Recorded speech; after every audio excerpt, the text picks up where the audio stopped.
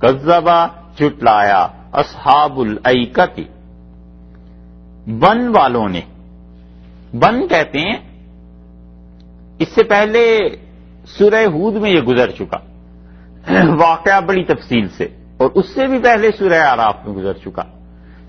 یہاں پر پھر اللہ تعالی نے اس کو کیا ہے ایکا, جہاں پر بے شمار درختوں, بن جنگل, درختوں کا مجموعہ.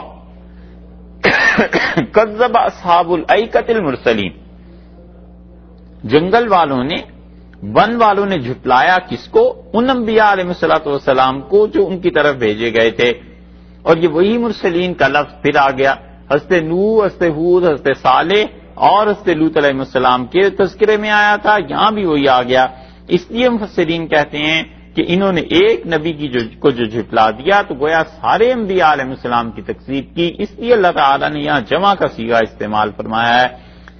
اس قال لهم شعیب, جب انہوں نے کہا شعیب سے, جب ان سے کہا شعیب علیہ السلام نے الا تتقون, تم ڈرتے نہیں ہو, تمہیں خدا کا خوف نہیں ہے, تم یہ جو حرکتیں کر رہے ہو ان حرکتوں سے اللہ کا عذاب حرکت میں آ جاتا ہے, ان باتوں سے خدا کا قہر نازل ہوتا ہے, تو اس لیے تم لوگ دیکھو ان چیزوں کو چھوڑ دو. پچھلی جو آیات تھیں اگر آپ دیکھیں, مثلا جہاں سے یہ سورت میں یہ چیزیں شروع ہوئی ہیں وہاں پر اور یہاں پر ایک فرق ہے. حضرت نوح علیہ الصلوۃ والسلام کا تذکرہ جہاں آیا یہ ہے آیت نمبر 106. 106 نمبر آیت جو ہے اسی سورت کی, وہاں پر فرمایا قال لهم اخوهم نوح الا تتقون, اس قوم سے کہا ان کے بھائی حضرت نوح علیہ الصلوۃ والسلام نے. اسے ذہن میں رکھیے, دیکھیے آگے کیا آتا ہے. یہی بات آئی ہے حضرت ہود علیہ الصلوۃ والسلام کے تذکرے میں 124 نمبر آیت میں, اذ قال لهم اخوهم ہود الا تتقون, جب ان کے بھائی ہود علیہ السلام نے ان سے کہا کہ کیا تم ڈرتے نہیں ہو. ٹھیک وہی چیز آ گئی کہ ان کے بھائی ہود علیہ السلام نے کہا, ان کے بھائی نوح علیہ السلام نے کہا, دو جگہ ہو گئی. اچھا 142 نمبر آیت میں دیکھیں, اذ قال لهم اخوهم صالح الا تتقون, جب ان کے بھائی حضرت صالح علیہ السلام نے کہا کہ کیا تم کو ڈر نہیں لگتا, تو ان کے بھائی ہو گئے حضرت صالح علیہ السلام. 3 مقامات ہو گئے. چوتھا دیکھ لیجئے جو آج ہی آیا ہے 161 نمبر آیت, اذ قال لهم اخوهم لوط الا تتقون, ان کے بھائی لوط علیہ السلام نے کہا کہ کیا تم ڈرتے نہیں ہو. تو نوح, ہود, صالح, لوط علیہ السلام چاروں انبیاء علیہ السلام نے اپنی قوم سے کہا. اللہ نے فرمایا اذ قال لهم اخوهم, جب ان کے بھائی نے انہیں یہ کہا. حضرت شعیب علیہ السلام کے معاملے میں اللہ نے یہ کیوں نہیں کہا؟ یہاں 177 نمبر آیت میں اذ قال لهم شعیب الا تتقون, یعنی کہ اذ قال لهم اخوهم, ان کے بھائی شعیب علیہ السلام نے کہا. یہ بات ہوئی. اسی چیز کو دیکھیے سورہ ہود میں 12ویں پارے میں, 12واں پارہ سورہ ہود 11 نمبر سورت, اور آیت نمبر اس کی 84.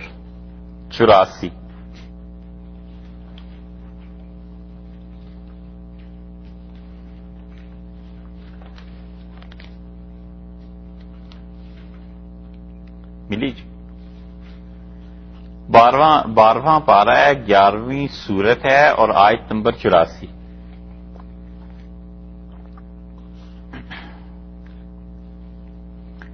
وَإِلَى مَدْيَنَ أَخَاهُمْ شُعَيْبًا, اور مدین کی بستی کی طرف بھیجا ہم نے ان کے بھائی شعیب علیہ السلام کو.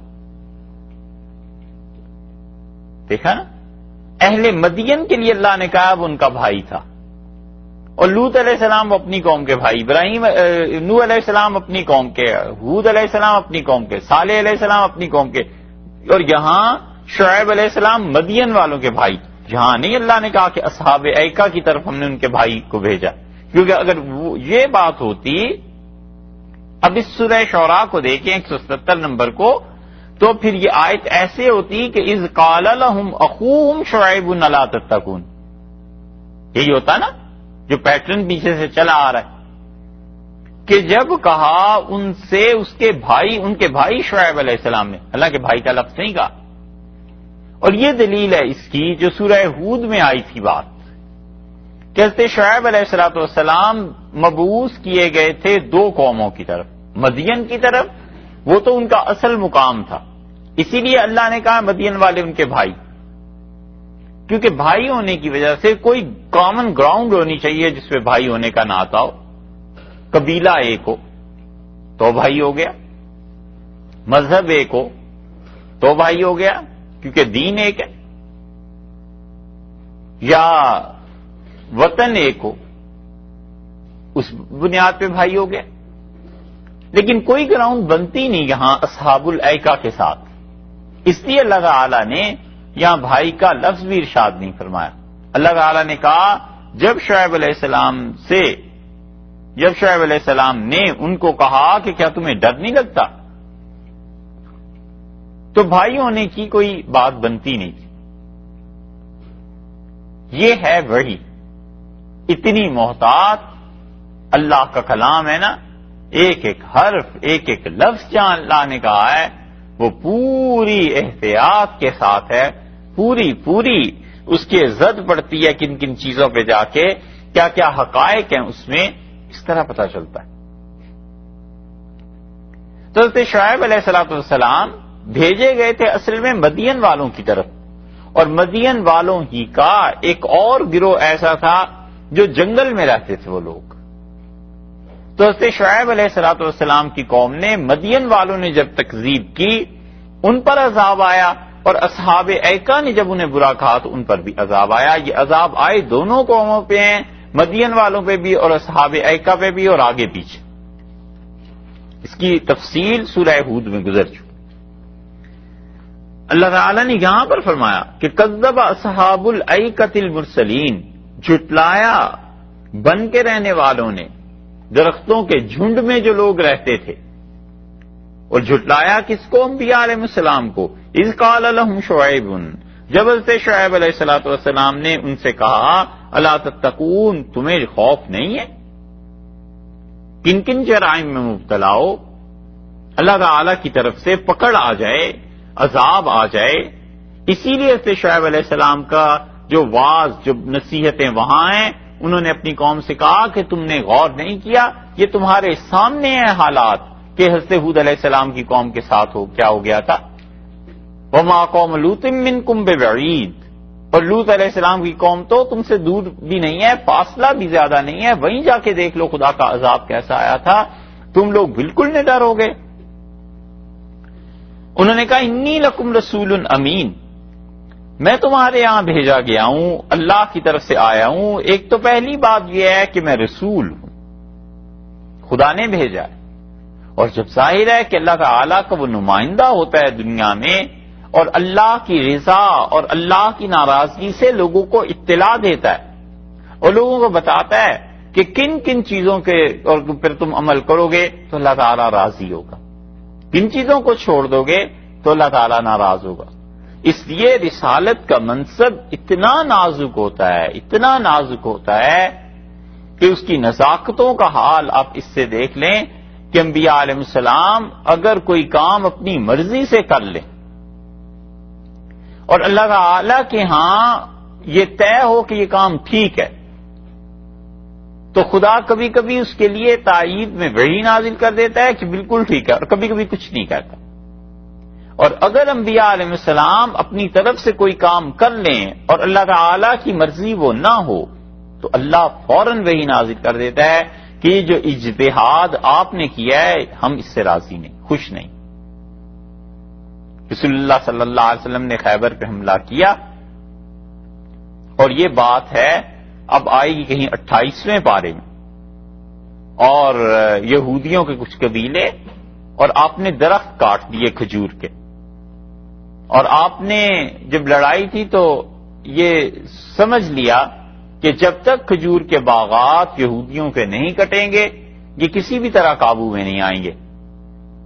تو ہرے بھرے باغات کو کاٹ دینا، یہ تو انہوں نے سر اٹھا لیا، شور مچ گیا کہ جی محمد صلی اللہ علیہ وسلم نے باغات کٹوا دی۔ اللہ تعالی نے فرمایا ما قطعتم من لینۃ، یہ جو باغات آپ نے کٹوائے ہیں، او ترکتموہا، اور جو درخت آپ نے چھوڑ دیے ہیں، قائمۃ علی اصولھا، جو اب تک ہرے بھرے ہیں، سرسبز ہیں، فباذن اللہ، یہ سب کچھ میرے ہی حکم سے ہوا ہے۔ یہ اللہ کا حکم کہاں ہے؟ پورا قرآن فاتحہ سے ناس تک دیکھ لیں، کہاں اللہ نے حکم دیا؟ کہیں بھی نہیں۔ یہ ہے وہ چیز کو ہم کہتے ہیں حدیث، کہ رسول اللہ صلی اللہ علیہ وسلم پہ یہ جو وحی اس طرح نازل کی جاتی تھی کہ آپ نے یہ کام کرنا ہے، ایسے کرنا ہے، یہ چیز ہے، یہ تھی حدیث، اور رسول اللہ صلی اللہ علیہ وسلم کا اجتہاد تھا، اللہ تعالی نے تائید فرما دی کہ بالکل ٹھیک ہے۔ اور 28ویں پارے میں یہ بھی آیا ہے کہ رسول اللہ صلی اللہ علیہ وسلم نے شہد کے متعلق قسم کھا لی کہ میں نہیں کھاؤں گا، اور وہی نازل ہو گئی۔ اللہ نے فرمایا لما تحرم ما احل اللہ لک، کیوں آپ نے اس چیز کو حرام کیا ہے، کیوں قسم کھا لی ہے جس چیز کو اللہ نے آپ کے لیے جائز قرار دیا۔ اور رسول اللہ صلی اللہ علیہ وسلم نے شہد چکھا، قسم ٹوٹی، کفارہ اس کا ادا کیا، ایک غلام کو آزاد فرمایا۔ تو اگر حضرت صلی اللہ علیہ وسلم یہ اجتہاد ان کا قائم رہتا تو ان کے لیے تو جو ہوتا سو ہوتا، امت کے لیے سنت بن جاتی کہ ہم کسی بھی حلال چیز پہ قسم کھا کے اسے حرام اپنے لیے کر سکتے، امت کے لیے تو سنت بن جاتی۔ اور فرض کر لیجئے، فرض کیا کریں، اجتہاد جو صحابہ رضی اللہ عنہم نے کیا ہے، ہزاروں اجتہادات ان کے ملیں گے، کوئی ایک دو نہیں، سینکڑوں میں بھی نہیں، ہزاروں میں فتوے ہیں صحابہ رضی اللہ عنہم کے۔ مصنف عبدالرزاق اور مصنف ابن ابی شیبہ بھری پڑی ہیں صحابہ رضی اللہ عنہم کے فتووں سے، اور کئی جگہ پہ ان کے فتووں میں اجتہاد ہے۔ یقیناً ان کے اجتہاد میں کہیں نہ کہیں کوئی خطا ہوگی۔ ایک ہی چیز ہے، ایک صحابی رضی اللہ عنہ اس کے بارے میں کہتے ہیں یہ جائز ہے، دوسرے کہتے ہیں ناجائز ہے، تو ایک ہی بات ہو سکتی ہے نا، یا جائز ہے یا ناجائز ہے۔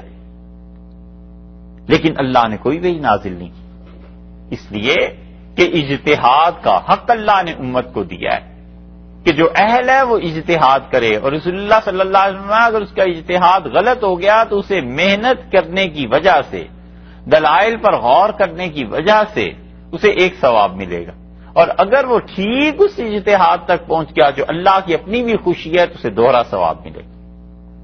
تو رسالت اتنا نازک منصب ہے، وہ تو اللہ کے نمائندے ہوتے ہیں اس زمین میں، خدا کی خوشی ناخوشی انہی سے پتہ چلتی ہے۔ انہوں نے کہا میں نے صرف رسول ہوں علیہ الصلوۃ والسلام، امین، بہت امانت دار، جو اللہ کی طرف سے پیغام ملتا ہے پورا پورا تم تک پہنچانے والا ہوں۔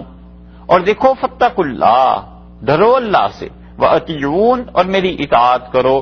تقوی ہے اصل چیز جو انسان کو اللہ کا قرب دلاتی ہے، اور رسول اللہ صلی اللہ علیہ وسلم نے فرمایا کہ لوگوں الحلال بین، حلال چیزیں بڑی واضح اور صاف، اور فرمایا حرام چیزیں بھی بہت واضح اور صاف ہیں، اور ان دونوں کے درمیان حلال اور حرام کے کچھ چیزیں ایسی ہیں جو مشتبہ ہیں۔ اور آپ نے فرمایا جو شبہ والی چیزوں سے بچ گیا اس نے اپنے دین کو بچایا، اپنی عزت کو بچا لیا، اور جو شبہ والی چیزوں میں پڑ گیا اس کی مثال ایسے ہی ہے جیسے کوئی آدمی جانور چرانے والا اپنے جانوروں کو بادشاہ کی چراگاہ میں لے جائے۔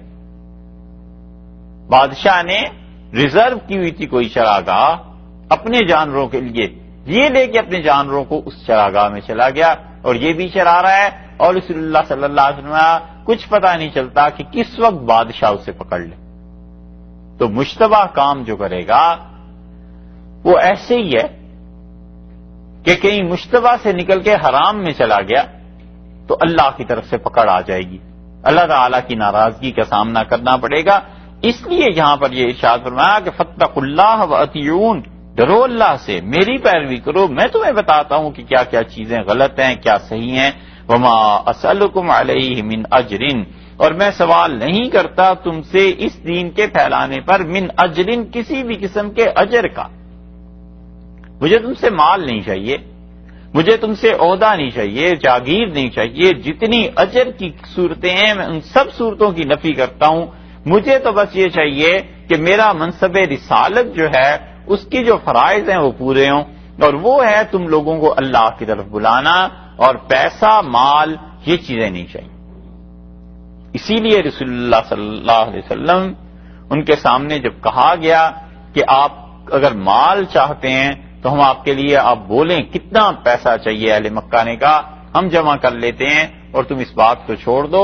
تو رسول اللہ صلی اللہ علیہ وسلم نے فرمایا اگر اللہ کی قسم سورج میرے دائیں ہاتھ پہ اور چاند بائیں پہ لا کے رکھ دیں تو بھی میں اس کام کو نہیں چھوڑ سکتا جو اللہ نے میرے ذمہ لگایا. تو لوگ عادی ہوتے ہیں اس چیز کے کہ وہ لوگوں کو دوسروں کو اس پیمانے پر تولیں جو وہ سمجھتے ہیں کہ یہ قیمت ہو سکتی، تو وہ قیمتیں لگاتے رہتے ہیں لوگوں کی. سرمایہ داروں کا یہی ہوتا ہے، وہ کہتے ہیں جاؤ دیکھو یہ کام کرنا ہے، سپاہی کا لیول ہے اتنے پیسے دے دو، تھانے دار ہے اتنے دے دو، آئی جی ہے اتنے دے دو. اچھا وہ کس بات پہ خوش ہوتا ہے ذرا دو چار سے چیک کرنا. وہ اس کی قیمت برابر پوچھتے رہتے ہیں، وزیر اعظم ہے، وزیر ہے، اس کی کتنی قیمت ہے، یہ کتنے پہ دعوت قبول کر سکتا ہے، یہ کتنے میں کام کر دے گا. تو یہ ظالم جو تھے یہ سمجھتے تھے انبیاء علیہ السلام جی ایسے ہی ہوتے ہیں، انہیں کوئی پیسہ زمین کوئی چیز بتا دی جائے اور اس لیول پہ آ کے یہ لوگ ٹھیک ہو جاتے ہیں. یہ لوگ علیہ باللہ اپنا کام چھوڑ دیتے ہیں. اللہ نے کہا آپ صاف ان سے پہلے ہی دن کہہ دو کہ مجھے تم سے پیسے، مال، دولت، دنیا، عہدے، یہ چیزیں کچھ بھی نہیں چاہیے. ان اجریہ الا علی رب العالمین، میرا اجر تو اس کے ذمے ہے جو رب العالمین ہے، تمام جہانوں کا پالنے والا ہے، جو تمام جہانوں کو رزق دیتا ہے، میرا تو اس کے ساتھ معاملہ. اسی لیے آپ کو یاد ہوگا سورہ فرقان میں کافروں کا یہی اعتراض گزرا تھا. انہوں نے کہا اگر یہ اتنا ہی اچھا ہے تو اس کے پاس ایک باغ ہونا چاہیے تھا، اس کا کوئی گھر ہوتا. اللہ نے فرمایا تبارک الذی ان شاء جعل لک خیرا من ذلک، بڑی برکت والی ہے وہ اللہ کی ذات، وہ چاہے تو آپ کو اس سے زیادہ دے دے. ویجعل لک قصورا، اور اللہ چاہے تو آپ کے لیے محلات کھڑے کر دے. ایک گھر کی یہ بات کرتے ہیں ہم پورے محلات آپ کے لیے تیار کروا دیں، ایسی کون سی بات. لیکن دنیا سے مانگنا اور تبلیغ پر اللہ کے دین پہ اجرت لینا یہ انبیاء علیہ السلام کا مشن نہیں رہا، اور نتیجہ اس کا یہ نکلتا ہے کہ لوگوں کا دل جتنا پاک ہوتا ہے ان کی زبان میں تاثیر بھی اتنی زیادہ ہوتی ہے، کیونکہ وہ کام کرتے ہیں اللہ کے لیے اور انہیں پتا ہوتا ہے کہ اللہ کی رضا چاہیے، اللہ کی خوشی چاہیے. جو امانت ہمارے پاس ہے خدا کے دین کی یہ اگلے لوگوں تک پہنچ جائے. اور جب آتا ہے دل میں کھوٹ اور کوئی آدمی چاہتا ہے کہ خدا کے دین کے نام پر مال کمائے، دنیا کمائے، تو اس کا نتیجہ یہ نکلتا ہے کہ پھر اس کی بات جو اس کے منہ سے نکلتی ہے وہ دوسروں کے کانوں تک محدود رہتی ہے، بس اس سے زیادہ وہاں پھر اثر بھی پیدا نہیں ہوتا. اس لیے انبیاء علیہ السلام کے ہاں دعوت میں بنیادی طور پر یہ چیزیں تھیں. بڑی حکمت تھی کہ دنیا، اس کا پیسہ، یہ لوگوں کے پاس ہی رہے. ہم تو ان کے عقیدے اور ان کی آخرت کی بات کرتے ہیں. یہ چیزیں ہو گئی تو پھر کہ ہم تم سے کچھ نہیں مانگتے اور اجر اللہ کے ذمہ رہا. اب انہوں نے اس قوم کا وہ کبیرہ گناہ پکڑا جس میں قوم مبتلا تھی. انہوں نے فرمایا اوفوا الکیل، اور تم کیا کرو یہ جو گناہ ہے اسے چھوڑ دو، اور وہ یہ ہے کہ پورا بھر کے دو. ولا تکونوا من المخسرین، ماپ پورا بھرو اور نہ ہو نقصان دینے والے، یہ تم نہ کرو. ایک وزنوا، اور تم اسی طرح تولا کرو بالقسطاس المستقیم، اس پیمانے کے ساتھ سیدھے ترازو کے ساتھ تولا کرو. یہ تم کام چھوڑو. ایک یہ جو تم تولنے میں گڑبڑ کرتے ہو، پیمائش میں گڑبڑ کرتے ہو، یہ چیزیں تم چھوڑ دو، یہ تمہارے دونوں جرم ہیں. اور اس کی وجہ سے انہوں نے کہا ولا تکونوا من المخسرین، اور تم نقصان پہنچانے والے نہ بنو. جو آدمی آتا ہے اس کا نقصان ہو جاتا ہے، تمہارے باٹ الگ الگ ہیں، اپنے لیے تولتے ہو تو پورا تولتے ہو، دوسرے کے لیے تم کم تولتے ہو، تو انہوں نے گویا یہ کہا کہ لوگوں کا مال جو ناجائز طریقے پہ تمہارے پاس پہنچتا ہے، اس سسٹم کو، اس چیز کو ختم کرو۔ اور مومن کا مال، حتیٰ کہ کافر کا مال، اس کا بھی احترام ہے۔ کسی کو یہ اجازت نہیں دی گئی کہ کافر کا مال لوٹ لے، کافر کے ہاں چوری کر لے، کسی کو اجازت نہیں دی گئی۔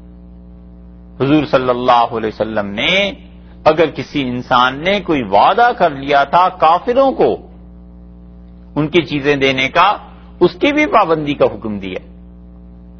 جنگ کے حالات ہیں، ایک آدمی آیا اور اس نے کہا اللہ کے رسول میں چاہتا ہوں ایمان قبول کر لوں، تو رسول اللہ صلی اللہ علیہ وسلم یہ کیا ہے؟ انہوں نے کہا یہ بکریاں جو میں چراتا ہوں اور یہ یہودیوں کی ہیں۔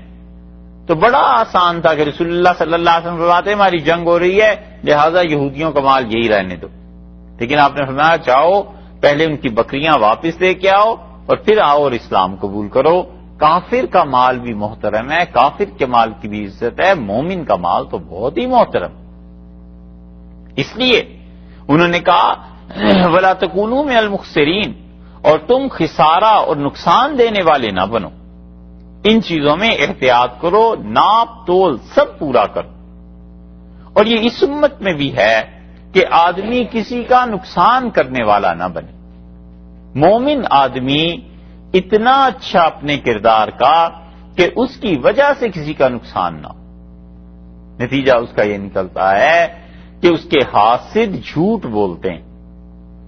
حسد ہوتا ہے نا، تو اب اس کے ساتھ کوئی نہ کوئی تو پرخاش اپنی نکالنی ہے، پھر جھوٹ بولتے ہیں، کیونکہ اس انسان میں یہ صفت پیدا ہو جاتی ہے کہ وہ انسان پریڈکٹیبل کردار کا مالک بن جاتا ہے۔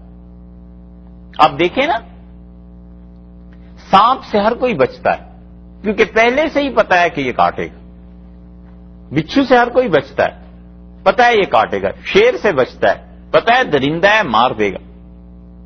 جیسا شیر سے بچتا ہے ویسا گائے سے نہیں بچتا، کیونکہ گائے کے متعلق پتا ہے کہ وہ مارتی نہیں ہے، ایسے چیر پھاڑ کرنے والا جانور نہیں ہے۔ مومن آدمی اتنے اچھے کردار کا ہوتا ہے کہ وہ سارے خاندان، سارے محلے، شہر میں پریڈکٹیبل ہوتی ہے اس کی بات کہ یہ مومن آدمی ایسا ہے کہ یہ سچ بولتا ہے، یہ کسی کی مدد کرتا ہے۔ ایسے واقعات آپ کو مل جائیں گے کہ جس آدمی کی شہرت ہو گئی خاندان میں کہ یہ آدمی اتنا اچھا ہے، ہر ایک کے کام آتا ہے، ملکوں سے فون اس کے دشمن بھی کرتے ہیں، خاندانی اختلافات اور جھگڑوں کے باوجود کہتے ہیں کہ بھائی اس مصیبت میں پھنس گئے ہیں، آپ ہماری مدد کریں۔ اس لیے کہ اس کی شرافت کا سکہ چل پڑا، اس کی رحمت، اس کے ساتھ تعلق کا سکہ چل پڑا، لوگوں نے کہا یہ اتنے اچھے کردار کا آدمی ہے۔ اب جو دشمن ہوتے ہیں وہ کہتے ہیں اس میں کوئی عیب نکالو، کسی طرح اسے بدنام کریں تو عیب نکلتا نہیں، نتیجہ یہ کہ پھر جھوٹ بولتے ہیں، اور پھر وہ جھوٹ کتنے دن چلتا ہے، سب کو پتا چل جاتا ہے کہ یہ ایسا نہیں ہے۔ تو مومن اس کا کردار اتنا شاندار ہونا ہی چاہیے کہ دنیا میں کوئی نہ کہہ سکے کہ اس آدمی کی وجہ سے مجھے تکلیف پہنچی ہے، اس آدمی کی وجہ سے میرا نقصان ہو گیا۔ گھر میں، باہر، خاندان میں، محلے میں، ہر جگہ وہ لوگوں کو نفع پہنچانے والا ہوتا ہے، لوگوں کو نقصان نہیں دیتا۔ اسی لیے رسول اللہ صلی اللہ علیہ وسلم نے اسلام کی تعریف یہ فرمائی کہ آپ نے فرمایا من سلم المسلمون من لسانہ و یدہ، اور صحیح حقیقی مسلمان تو وہ ہے کہ اس کی زبان سے اور اس کے ہاتھ سے لوگ محفوظ رہیں۔ کوئی نہیں گواہی دے سکتا کہ اس نے ہمیں گالی دی ہے، سارا خاندان مل کے یہ گواہی نہیں فراہم کر سکتا کہ اس نے کسی کے پیسے مار لیے، جھوٹ بولا، تہمت لگا دی، کچھ نہیں۔ مومن عورت اور مرد وہ ایسے اچھے کردار کے ہوتے ہیں، سب تعریف ہی کرتا ہے، زیادہ سے زیادہ کوئی عیب نکالتا ہے تو وہ جو حضرت عائشہ رضی اللہ عنہا کے معاملے میں ہوا کہ آپ نے بلایا حضرت بریرہ رضی اللہ عنہا کو اور فرمایا یہ کیسی ہیں، تو انہوں نے کہا آپ کی بیوی بہت اچھی ہے، بس سوائے اس کے میں اس میں کوئی غفلت نہیں دیکھتی کہ وہ آٹا گوندھ کے سو جاتی ہے اور کوئی جانور آتا ہے اور آٹا کھا لیتا ہے. تو میں اسے کہتی ہوں کہ ایسے نہ کیا کرو. تو مومن انسان، مومنہ خاتون، اس کا کردار اتنا اچھا ہوتا ہے، کوئی کہتا بھی ہے تو زیادہ سے زیادہ یہی کہتا ہے جی بہت ہی بھولے ہیں، سادے ہیں، کئی مرتبہ روکا ہے اور یہ لوگوں کی بات میں آگے ایسے. رسول اللہ صلی اللہ علیہ وسلم مومن بڑا سادہ، بڑا بھولا بھالا ہوتا ہے، اور آپ نے فرمایا وہ تو مومن جو ہے ایسا ہوتا ہے جیسے اونٹ کے ناک میں نکیل پڑی ہوئی ہوتی ہے، تم اسے جدھر لے جاؤ وہ چل پڑتا ہے. لیکن فرمایا تقوب فراست ہی، اس کے اندر جو نور اللہ رکھ دیتا ہے نا باتوں کو سمجھنے کا، دوسروں کی حرکتوں کو دیکھنے کا، اس سے ڈرنا. فَإِنَّهُ يَنظُرُ بِنُورِ اللَّهِ، وہ اللہ کی روشنی سے دیکھتا ہے. اللہ تعالیٰ جو روشنی اسے دیتے ہیں وہ اس سے دیکھتا ہے. ایسے نہ ہو کہ تم اس کے ساتھ بھول پنے کی وجہ سے کچھ دھوکہ کرو اور نتیجہ یہ کہ اس کا وبال تم پہ آ جائے. اسی لیے اللہ تعالیٰ نے فرمایا ان اللہ لا یہدی کید الخائنین، اور اللہ جو لوگ خائن ہوتے ہیں، خیانت کرتے ہیں، ان کی تدبیر کو نہیں پورا ہونے دیتے. اصول خدا نے بیان کر دیے قرآن. آدمی کیوں ان پہاڑوں سے ٹکرائے اور خام خواہ اپنی جان کے لیے مصیبت بنائے؟ اللہ نے فرمایا ولا یحیق مکر السیء الا باہلہ، اور لوگوں جو کوئی آدمی برائی شروع کرتا ہے وہ برائی اسی کے گلے میں واپس آتی. جو دوسرے کے لیے کنواں کھودتا ہے خود اس میں گر جاتا ہے. یہی مطلب ہوا کہ جو برائی شروع کرتا ہے برائی اسی کی طرف سمٹ کے واپس آ جاتی ہے. کیوں برائی کو شروع کرے آدمی؟ تکلیف پھر خود ہی اٹھانی پڑتی ہے، تکلیف اسے برداشت کرنی پڑتی ہے. تو اس مسئلے کو چھیڑے ہی نہ. دھوکہ دینا شروع کیا، جھوٹ بولنا شروع کیا، بیوی جھوٹ بولتی ہے اور شوہر سچا ہے. اب نتیجہ یہ نکلے گا کہ اس بیوی کو جھوٹ دیکھنا پڑے گا. جب وہ جھوٹ دیکھے گی اپنی اولاد سے، شوہر سے، کسی اور چیز سے، تو پھر تنگی ہوتی ہے کہ اوفو یہ میرے ساتھ جھوٹ بولتے ہیں. بھئی شروع جو تم نے کیا تھا اس گھر میں جھوٹ کا چکر، تو اس میں اب پھنس گئے. وہ اپنا عمل یاد نہیں رہتا کہ میں نے کیسے کیا تھا. شوہر اعتراض کرتا ہے، جائز صحیح کاموں پہ بھی اعتراض خام خواہ. رسول اللہ صلی اللہ علیہ وسلم نے جو زندگی سکھائی ہے وہ کم سے کم اعتراض کرنے والی، کم سے کم اعتراض کرنے والی. حضرت عائشہ رضی اللہ عنہا کہتی ہیں یہ رسول اللہ صلی اللہ علیہ وسلم کا اپنی بیوی کے ساتھ تعلق ہے. وہ کہتی ہیں کہ عید کا دن تو حضرت صلی اللہ علیہ وسلم نے مجھ سے فرمایا کہ کچھ حبشی آئے ہیں اور یہاں کھیل رہے ہیں تو تم دیکھو گی؟ میں نے کہا میں دیکھوں گی. تو رسول اللہ صلی اللہ علیہ وسلم گھر کے دروازے میں پردہ ہٹا کے کھڑے ہو گئے اور میں نے ان کی، وہ کہتی ہیں کہ کندھے پہ اپنی ٹھوڑی رکھ دی اور میں دیکھتی رہی. اور وہ کھیل رہے تھے، کرتب دکھا رہے تھے. اور پھر کچھ دیر کے بعد جب کافی وقت گزر گیا تو رسول اللہ صلی اللہ علیہ وسلم بس جی بھر گیا.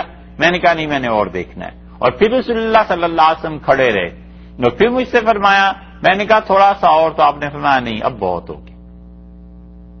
تو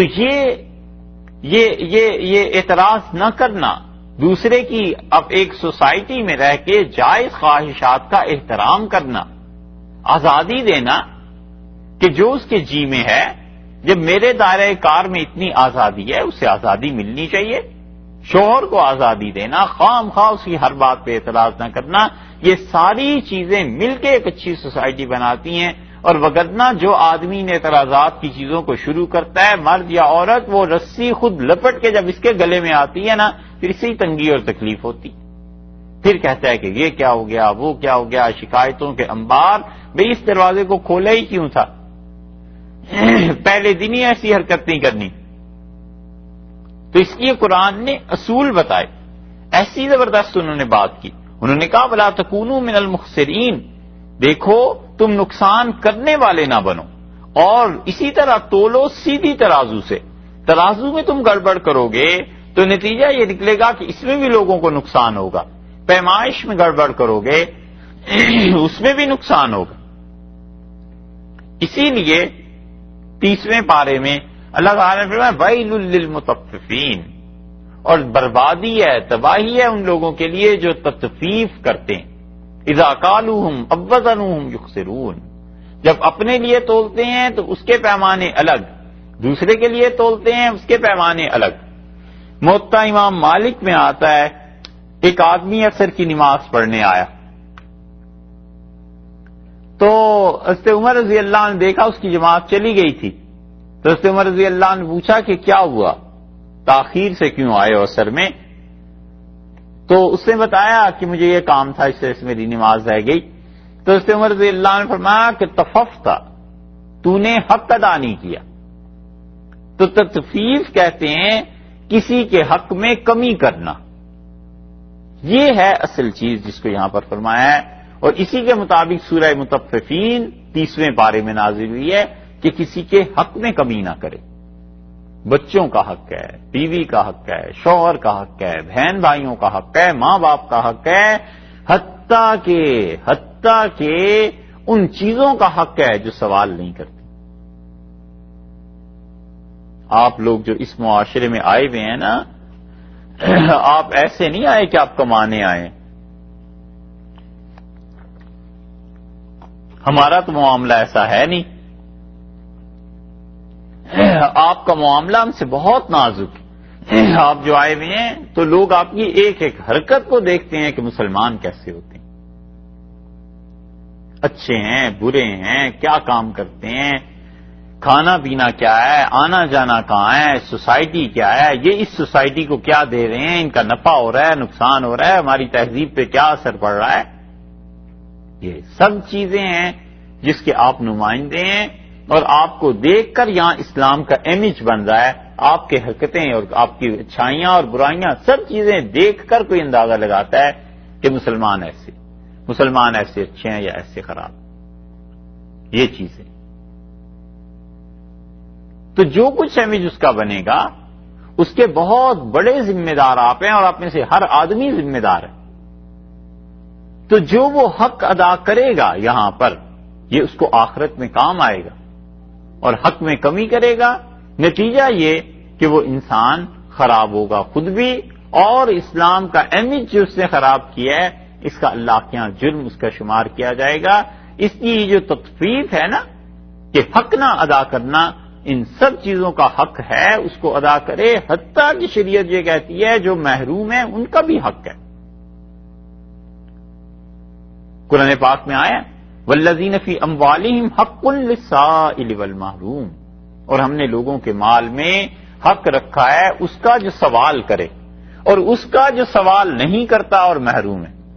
عمر بن عبدالعزیز رحمۃ اللہ علیہ آئے یا سیدنا عمر رضی اللہ عنہ آئے، اور انہوں نے ایک پودے کو جو خشک ہو رہا تھا پانی دیا، اور انہوں نے کہا دیکھو اللہ نے کہا ہے کہ ہماری چیزوں میں حق بنتا ہے ان کا جو سوال کریں اور جو محروم ہے.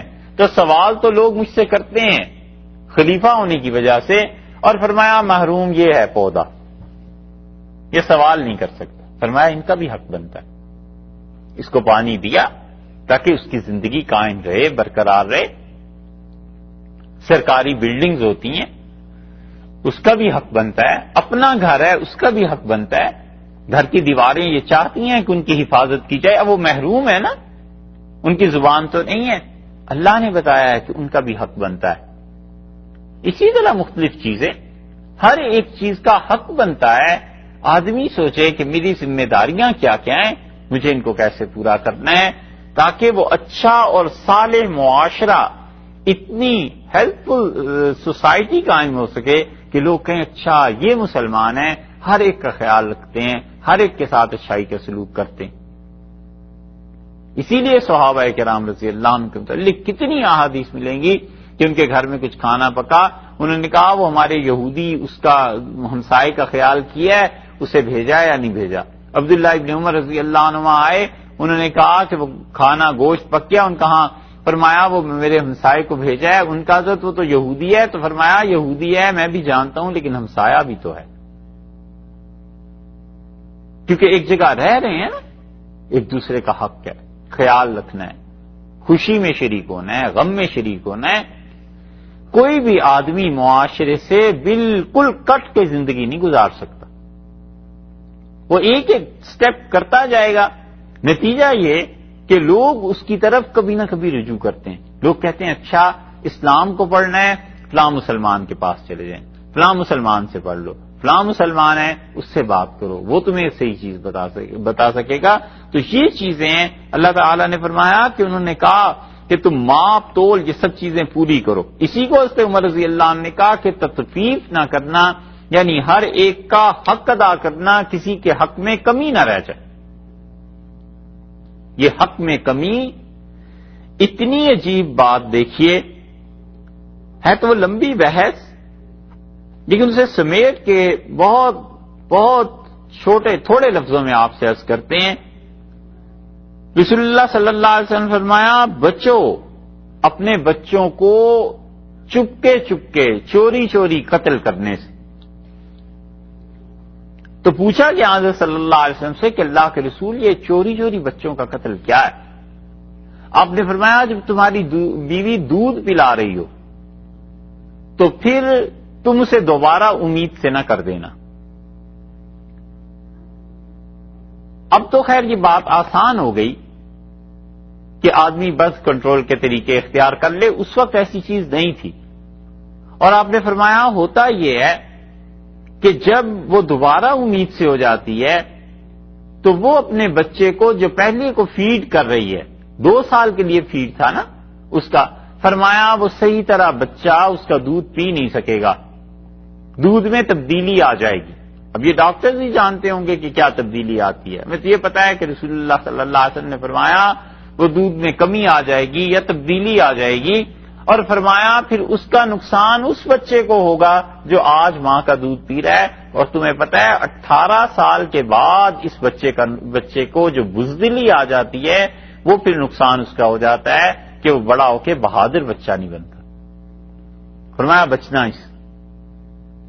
اس لیے فقہا نے کہا کہ ہم یہ تو نہیں کہتے کہ یہ حرام ہے کہ ایک بچے کو فیڈنگ کی جائے اور دوسرا بچہ پھر 2 سال اس کا انتظار کیا جائے, لیکن وہ کہتے ہیں کہ اگر ممکن ہو سکے دوسری تیسری چوتھی شادی کی. اسی لیے فقہا کہتے ہیں شریعت نے اجازت دی کہ مرد ہے وہ پھر کیا کرے گا, 2 سال تک بیٹھا رہے. اسی لیے وہ باندیوں کا نظام ختم ہو گیا نا. تو نتیجہ اس کا یہ نکلا کہ ان چیزوں پر عمل نہیں ہو سکا. ہمارے معاشروں میں دوسری تیسری شادی کا نظام ختم ہو گیا تو یہ کہاں جا کر اس کی ضرورت پڑی کہ ایک سائیکل تھا جو ٹوٹ گیا. تو رسول اللہ صلی اللہ علیہ وسلم نے یہ بتایا, آپ نے کہا یہ بچوں کو بزدل بنانے کی بات ہے, مراد یہ تھی کہ چپکے چپکے قتل کرنا ہے, کیونکہ وہ اگر امید سے ہو جائے گی یہ نیچرل پروسیس ہو گیا کہ دوسرا بچہ 2 سال کے بعد ہوگا. ماں نے دودھ سے پلا لیا تو بچے میں دودھ کی وجہ سے جو صلاحیتیں ہیں وہ آئیں. بچوں میں صرف باپ کا خون اور نسب ہی اثر نہیں کرتا, ماں کے دودھ کا حصہ بھی کچھ کم نہیں ہوا کرتا. وہ ماں کی طرف سے جو کوالٹیز ہیں وہ بچے میں آتی ہیں, اس خاندان کی چیزیں بچے میں آ جاتی. اسی لیے رسول اللہ صلی اللہ علیہ وسلم نے جب بنو حوازن کے ساتھ لڑائی ہوئی ہے اور حوازن ایسے زبردست تھے تیر اندازی میں جہاں رسول اللہ صلی اللہ علیہ وسلم کا بچپن گزرا ہے,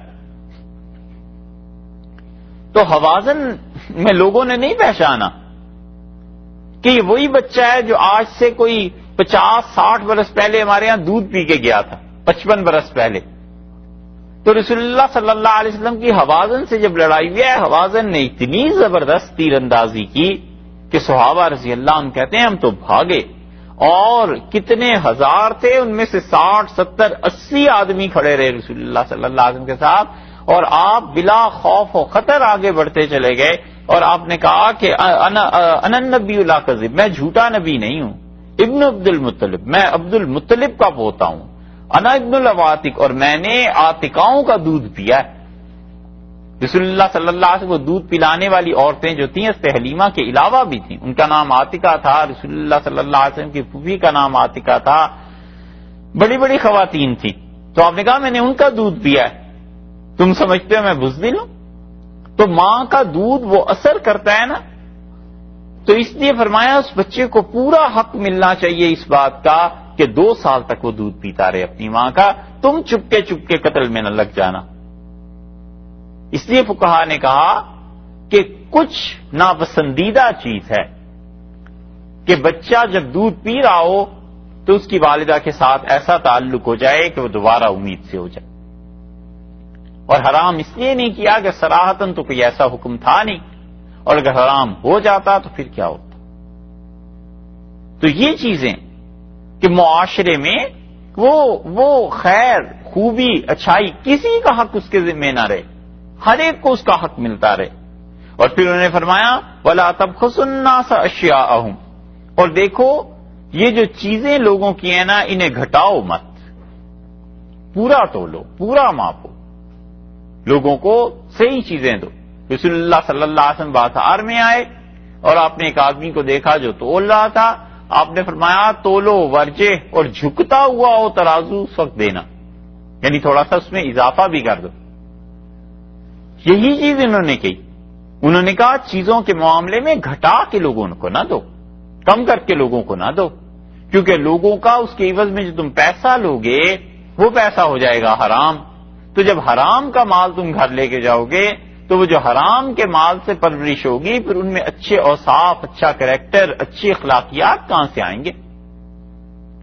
اسی لیے حلال کے رزق پر زور دیا گیا کہ جو کمائے وہ حلال کا کمائے، حتیٰ کہ اتنی احتیاط کرتے تھے کہ صوفیہ کہتے تھے جب ہمیں کوئی ہدیہ دے جاتا ہے، جب کوئی پیسے تحفے میں دے دیتا ہے تو ہم اس پیسے کو بچا لیتے ہیں کپڑے لینے کے لیے اور کھانا کھانے کے لیے۔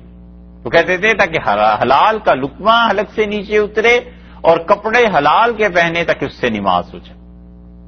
احتیاط تھی ساری کی ساری، کیونکہ ایک سوسائٹی تھی پوری، ان لوگوں کیا حرام کے مال کا کوئی تصور نہیں تھا، وہ لوگ حلال جائز مال کے معاملے میں تھے۔ تو اللہ تعالیٰ نے فرمایا یہاں پر کہ انہوں نے کہا دیکھو چیزیں لوگوں کی مت گھٹایا کرو، وَلَا تَعْثَوْا فِي الْأَرْضِ مُفْسِدِينَ، اور زمین میں فساد مت مچاؤ۔ یہ ایسا جامع جملہ ہے جو اس نے صالح علیہ الصلوۃ والسلام نے بھی اپنی قوم سے کہا کہ فساد مت مچاؤ۔ اس میں عقیدہ بھی آ گیا، عمل بھی آ گیا، علم بھی آ گیا، ساری چیزیں آ گئیں کہ کسی معاملے میں بھی معاشرے میں فساد مچانا، معاشرے کو خراب کرنا، اس کا اثر سب تک پہنچتا ہے۔ اسی لیے ہر وہ گناہ جس سے سوسائٹی متاثر ہوتی ہے اوورآل، اس پر شریعت نے کہا اس چیز کو روکو۔ اور اسی لیے رسول اللہ صلی اللہ علیہ وسلم نے فرمایا کہ جب گناہ ایسے عام ہونے لگیں کہ تم روک سکتے تھے اور تم نے نہیں روکا، تو پھر تم اس وقت کا انتظار کرنا جب تمہارے اچھے لوگ تمہارے لیے دعائیں مانگیں گے اور اللہ کہے گا تو اپنے بارے میں مانگ، میں قبول کرتا ہوں، اور تو معاشرے کے بارے میں، لوگوں کے بارے میں تیری نہیں سنتا۔ اور فرمایا رسول اللہ صلی اللہ علیہ وسلم نے اللہ کا حق بنتا ہے عذاب دے دے جب ایسے گناہ، ایسی چیزیں معاشرے میں ہونے لگیں جنہیں لوگ روک سکتے تھے انہوں نے نہیں روکا۔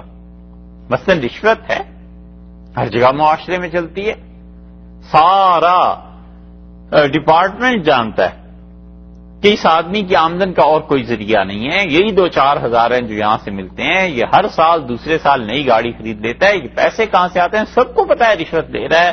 لیکن اس پورے ڈپارٹمنٹ میں اگر فرض کیجئے 10 آدمی ہیں، ایک رشوت دیتا ہے تو 9 اس سے روکتے نہیں ہیں، کچھ نہیں کہتے۔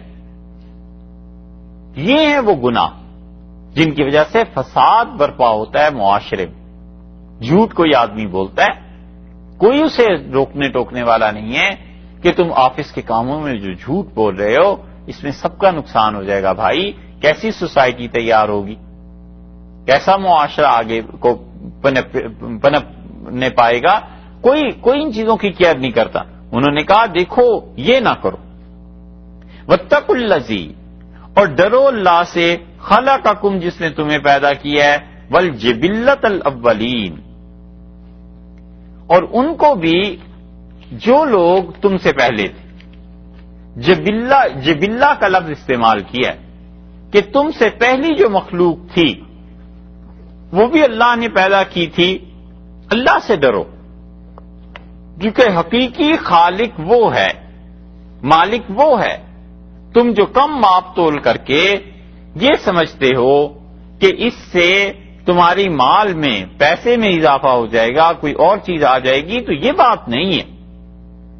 جو تم سے پہلے تھے دنیا میں، خدا نے انہیں بھی بھیجا تھا اور اللہ تعالیٰ نے ان کی بھی ذمہ داریاں لگائی تھی، خدا نے ان کی ضروریات کو بھی پورا کیا تھا، اور اب تم اپنی ضروریات زندگی کو پورا کرنے کے لیے خدا کی نافرمانی اور ان چیزوں میں پڑ گئے ہو، اس لیے ان باتوں کو چھوڑ دو۔ جو تم سے پہلے تھے اللہ تعالیٰ نے انہیں بھی پیدا کیا۔ یہاں پر جو اللہ تعالیٰ نے لفظ استعمال فرمایا ہے کہ حضرت شعیب علیہ الصلوۃ والسلام نے اپنی قوم سے کہا، وہ لفظ ہے جبلت۔ جبلت کیا چیز ہے؟ ایک چیز ہے خلق، تخلیق، اللہ تعالی کا پیدا کرنا۔ بڑی اہم بحث کی ہے مفسرین یہاں پہ، اگرچہ اشارے کیے ہیں انہوں نے، اور جو صوفیہ ہیں انہوں نے زیادہ اس کی بحث کی ہے، مگر ہے بڑی اہم بات۔ ایک خلق ہے، پیدائش، ایک خلق ہے۔ خلق سے مراد اچھے اخلاقیات۔ ایک چیز ہے طبیعت جو آدمی کی ہوتی ہے، خصلت جو آدمی کی عادت ہوتی ہے، خصلت عادت ایک ہی چیز ہے۔ یہ ساری چیزیں آئی ہیں حدیث میں بھی اور قرآن پاک میں بھی، اور خصلت، عادت، طبیعت، ان میں بنیادی طور پر فرق یہ ہے کہ جس طرح اللہ تعالی نے کسی انسان کی شکل و صورت بنائی ہے وہ نہیں تبدیل ہوتی، وقت کے ساتھ ساتھ بڑھ جاتی ہے، قد بڑھ جاتا ہے، جسم پھیل جاتا ہے، لیکن اصل میں وہی آدمی رہتا ہے، اس میں تبدیلی نہیں ہوتی۔ ایسے ہی اللہ نے ہر انسان کی طبیعت میں کچھ چیزیں رکھ دی ہوتی ہیں، اسے کہتے ہیں جبلت، کہ وہ انسان بنیادی طور پر ان اوصاف کو نہیں تبدیل کر سکتا۔ بہت سی اچھی چیزیں ہوتی ہیں لوگوں میں ہوتی ہیں، اور وہ پیدائشی طور پر اسی جبلت کے ساتھ پیدا کیے گئے ہوتے ہیں، اور جبلت کے متعلق حدیث میں آیا ہے، حضرت عبداللہ ابن مسعود رضی اللہ عنہ کی روایت مسند احمد میں آتی ہے کہ رسول اللہ صلی اللہ علیہ وسلم کے پاس ہم بیٹھے ہوئے تھے اور ہم مستقبل کی باتیں کر رہے تھے کہ آئندہ دنیا میں کیا ہونا ہے، تو رسول اللہ صلی اللہ علیہ وسلم نے ایک بات پہ فرمایا کہ اگر تم یہ سنو کہ فلاں پہاڑ اپنی جگہ سے ہٹ گیا فصدقو، تو اس کی تصدیق کر دو کہ ہاں ایسے ہو گیا۔ اور ارشاد فرمایا کہ اگر تم یہ سنو کہ وہ آدمی، اس کا خلق، اس کی جبلت یہ تبدیل ہو گئی ہے تو فلا تصدقو، اس کو نہ ماننا، کیونکہ آدمی لوٹ جاتا ہے اس چیز کی طرف جس پہ وہ پیدا کیا گیا۔ جیسے اس کی شکل تبدیل نہیں ہوتی، ویسے ہی اس کی جبلت جو ہے، جس چیز پہ وہ پیدا کیا گیا ہے، وہ تبدیل نہیں ہوتی۔ مثلاً ایک آدمی ہے، مثال سے اس کو دیکھیں، بنیادی طور پر اس کی طبیعت میں سخاوت اللہ نے رکھ دی۔ اب وہ سخی ہے، چاہے اس کے پاس پیسے ہیں نہیں ہیں، کیونکہ پیسہ سخاوت کے ساتھ اس کا کیا تعلق ہوا؟ وہ پانی بھی پلائے گا تو زیادہ، کھانا بھی کھلائے گا تو زیادہ، ملے گا بھی تو ہنسی خوشی سے۔ پیسہ جب اللہ نے دے دیا اسی حساب سے خرچ کرے گا، اس لیے کہ اس کی طبیعت اندر سے ایسی ہے۔ گھر والے کہتے ہیں، سب سمجھاتے ہیں، لیکن جس طرح اس کی شکل تبدیل نہیں ہو سکتی، کیا اسی طرح اس کی جبلت بھی تبدیل نہیں ہو سکتی؟ یہ ہے ڈیبیٹیبل بات جس پہ مفسرین نے بحث کی ہے، اور اسی طرح اور احادیث بھی آئی ہیں کہ خلق جو ہے وہ تبدیل ہوتی ہے۔ یعنی ایک آدمی شجیع ہے، بہادر ہے، بچہ بچپن سے ہی اس کو ڈر نہیں رہتا، جتنا بڑا ہوتا چلا جائے گا اس کو ڈر نہیں لگتا، اور اسی کا بھائی ہے ڈرتا ہے۔ وہ قدرتی ایک چیز لے کے پیدا ہوا ہے اس چیز میں تبدیلی نہیں ہوتی. اسی لیے اہل علم نے اس پہ بحث کی ہے کہ کسی آدمی کا خلق، اس کی جبلت چینج ہو سکتی ہے یا نہیں. یہ ایسے ہی ہے جیسے ڈاکٹر بحث کرنے لگے کہ کسی آدمی کا چہرہ تبدیل ہو سکتا ہے یا نہیں. تو ڈاکٹر سرجری کر کے کچھ نہ کچھ کر لے گا. کہتے ہیں کہ ہٹلر نے اپنے جیسا ایک اور آدمی بھی بنا رکھا تھا کہ ہٹلر کا پتہ ہی نہیں چلتا تھا اصل کون ہے نقل کون ہے. کہنے کو مطلب باتیں ہی ہیں نا، لیکن لوگ کہتے ہیں. اسی طرح اب جیسے یہ زمانے میں چہرے کو تبدیل کیا جا سکتا ہے، کیا یہ چیز ہے کہ انسان کی جبلت کو ختم کیا جائے؟ بچیوں میں آپ دیکھیں، بعض لڑکیاں ہوتی ہیں انہیں ہنسنے کی عادت ہوتی ہے، ذرا ذرا سی بات پہ ہنس دیتی ہیں. حتیٰ کہ جنازہ نکلا، غم ہے، دکھ ہے، ذرا سی اسے کوئی ذرا سا شعلہ ملنے کی دیر ہے، وہ روتے روتے بھی ہنس دے گی. یہ کیا چیز ہے؟ یہ طبیعت اس کی ایسی. اور جو لوگ ان چیزوں کی رعایت نہیں کرتے بڑا نقصان اٹھاتے ہیں، بڑی ٹھوکر کھاتے ہیں. وہ کہتے ہیں لوگ یہ بھی کوئی مقام ہے ہنسنے کا، لڑائیاں شروع ہو جاتی ہیں کہ یہ کیوں کر دیا. ارے بھئی جیسی اس کی شکل ہے ویسی اس کے اندر بھی ایک طبیعت ہے، آپ نہیں چینج کر سکتے اسے اتنی جلدی. کیا اصلاً بھی تبدیل ہوتی ہے یا نہیں؟ اس پہ کی ہے انہوں نے بحث. اسی لیے حضرت عبداللہ ابن مسعود رضی اللہ عنہ کی بھی ایک روایت آتی ہے، اور ابن مسعود رضی اللہ عنہ نے کہا کہ نہ تم کسی کی شکل کو تبدیل کر سکتے ہو اور نہ تم کسی کے رزق کو تبدیل کر سکتے ہو، اور نہ تم اس کی موت کو، زندگی کو تبدیل کر سکتے ہو، نہ ہی جو فطرتاً خوبیاں لے کے پیدا ہوا ہے تم اسے تبدیل کر سکتے ہو. انہوں نے کہا 4 چیزیں ایسی ہیں جو طے ہو گئی. ایک اور مثال اس کی دیکھیں. اب بعض خاندان ہوتے ہیں، یہاں آپ کو مل جائیں گے اس معاشرے میں، ان کے یہاں جو بھی پیدا ہوتا ہے 52 گز کا ہی ہوتا ہے، 7 فٹ 6 فٹ اتنا قد ہوتا ہے. جو بھی پیدا ہوتا ہے لمبا ہی پیدا ہوتا ہے. اور بعض ایسے ہوتے ہیں جو بھی پیدا ہوتا ہے بہت ہی سیدھا سادہ بھولا بھالا پیدا ہوتا ہے. اب یہ ایسی چیزیں ہیں جس طرح شکل و صورت تبدیل نہیں ہوتی، اسی طرح وہ چیزیں بھی تبدیل ہو سکتی ہیں یا نہیں ہو سکتی. بحث ہے اس پہ. ایک اور مثال اس کی دیکھ لیں. بعض بچوں میں بہت شرم و حیا ہوتی، بعض میں اوپننیس ہوتی ہے، اتنے شائی نہیں ہوا کرتے. تو اب آدمی یہ کہے کہ اس کی شرم و حیا یہ چیزیں کم ہو جائیں، نہیں ہوتا. رسول اللہ صلی اللہ علیہ وسلم سے ایک آدمی نے آ کے کہا کہ اللہ کے رسول یہ میرا بھائی جو ہے بہت ہی شرمیلا ہے اور آپ اسے کہیں اتنی شرم نہ کیا کرے.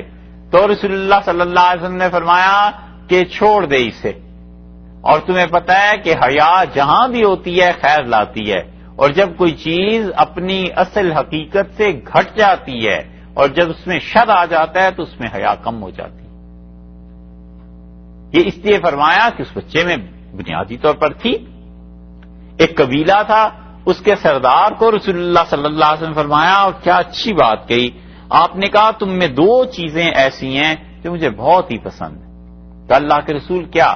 تو آپ نے فرمایا وہ 2 چیزیں، ایک تو تم بڑے تحمل سے کام کرتے ہو، تمہارے مزاج میں بڑی ٹھنڈک ہے، آرام سے کام کرتے ہو، اور دوسری جو تمہارے اخلاق ہے نا، برداشت کرنا کسی چیز کو، میں اس پہ بڑا خوش ہوں.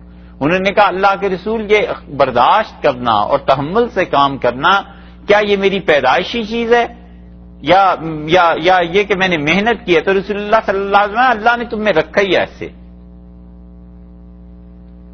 کئی خاندان بھائی ایک ٹھنڈے مزاج کا، ہر بات کو سوچتا ہے، غور کرتا ہے، پھر فیصلہ کرتا ہے، اور ایک ایسا ہے جو بالکل آگ بھری ہوئی ہوتی ہے مزاج میں، ذرا کوئی بات تو کر کے دیکھے. یہ طبیعتیں ہیں جو خدا نے بھیجی ہیں، اور ان طبیعتوں کا اگر اندازہ نہ ہو تو آدمی گھر نہیں چلا سکتا، ملک تو اور حکومت اور یہ چیزیں تو بہت دور کی بات. اسی لیے یہ تباہیاں پھیلی ہیں کہ حکمران پڑھے لکھے نہیں. اگر انہیں اس فلسفے کا اور ان چیزوں کا علم ہو تو انہیں اندازہ ہو کہ قبائل ہیں، مختلف لوگ ہیں، ان کی سرشت کیا ہے، ان کی طبیعت کیا ہے. اسی طرح ماں باپ ہیں، بچوں کی جو تربیت نہیں ہو سکتی وہ اس لیے کہ بچوں کے مزاج سے واقفیت نہیں ہوتی. پتہ ہے ایک بچے کے متعلق کہ اس کی طبیعت یکسوئی کی ہے، تنہائی کی ہے، ان کاموں میں لگا دے جو یکسوئی تنہائی کی.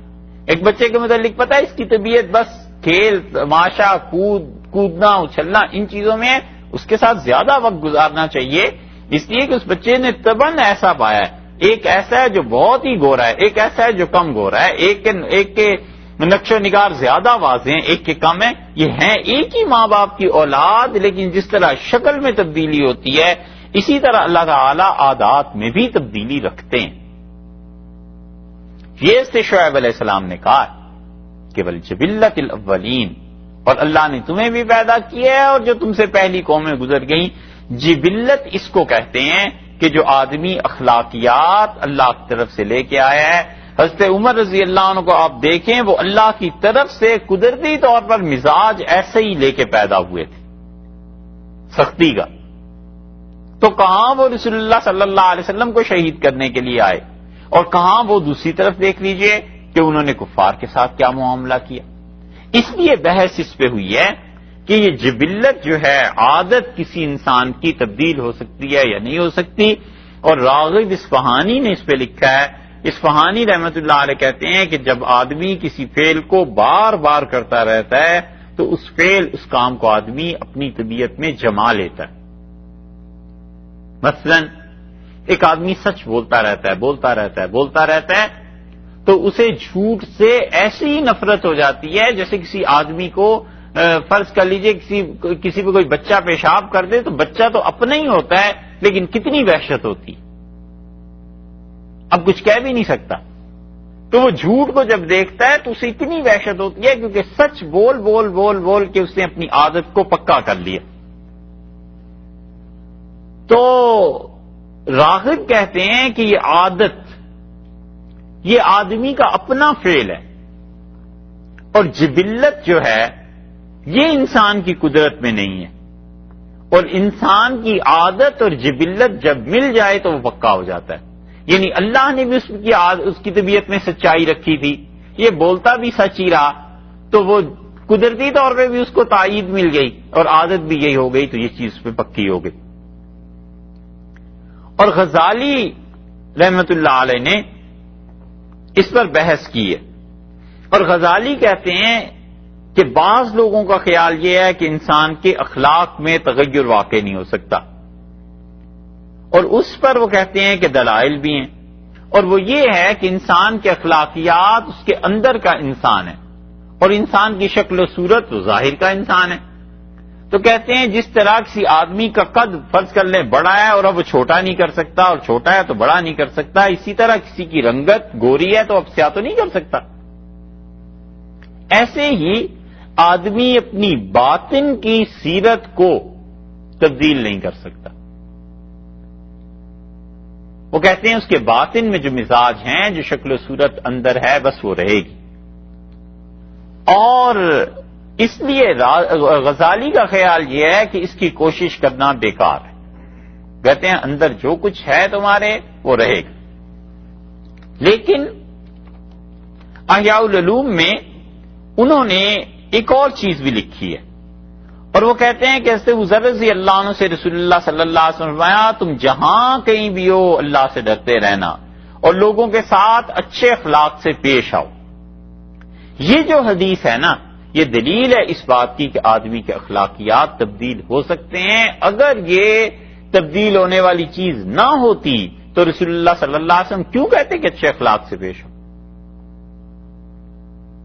اخلاقیات بنیادی طور پہ 4 بنیادی چیزیں ہیں جن سے بنتے ہیں، اور ان 4 چیزوں میں پہلی چیز عقل ہے کہ کسی آدمی کی عقل اگر وہ اعتدال میں نہ رہے اور وہ اسے خام خواہ لوگوں کو دھوکے اور ان چیزوں کے لیے استعمال کرتا رہے تو یہ عقل کی قوت اس نے ضائع کر دی، اور بالکل ہی عقل سے کام نہ لے، بے وقوف بن جائے تو یہ بھی عقل کے مقام سے اس نے گرا دیا. اخلاقیات میں 4 پلرز بناتے ہیں. ایک یہ، دوسرے وہ کہتے ہیں کہ وہم ہے. یہ وہم کسی آدمی میں حد سے زیادہ بڑھ جائے تو غیر موجود کو موجود کر لیتا ہے.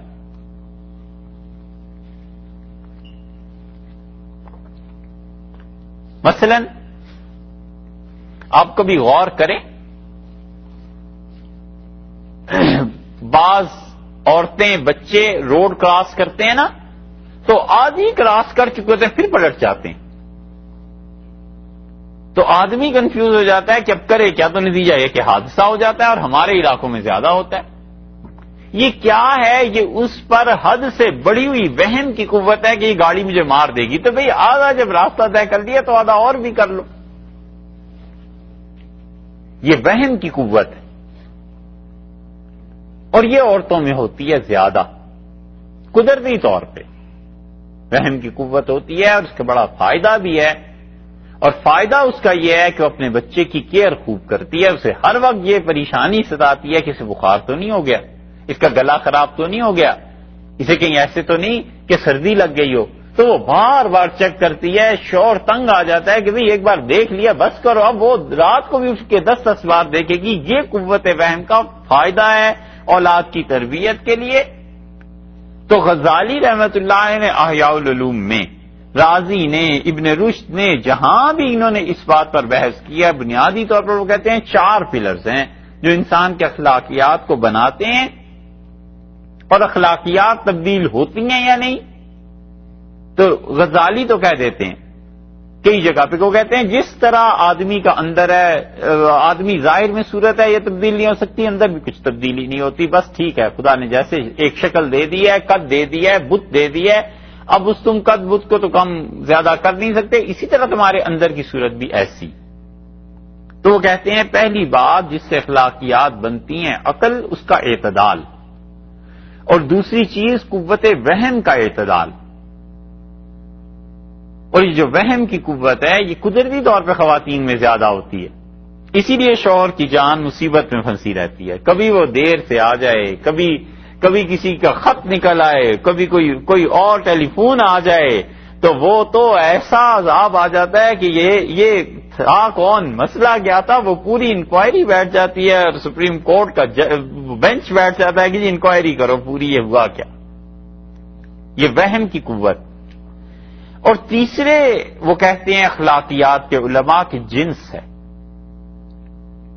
وہ کہتے ہیں یہ اپنی حد سے بڑھی ہوئی ہو تو انسانوں میں تباہی پھیلا دیتی ہے، اور یہ اگر کم ہو تو بھی وہ آدمی اپنا دفاع نہیں کر سکتا، مرد نہیں رہتا۔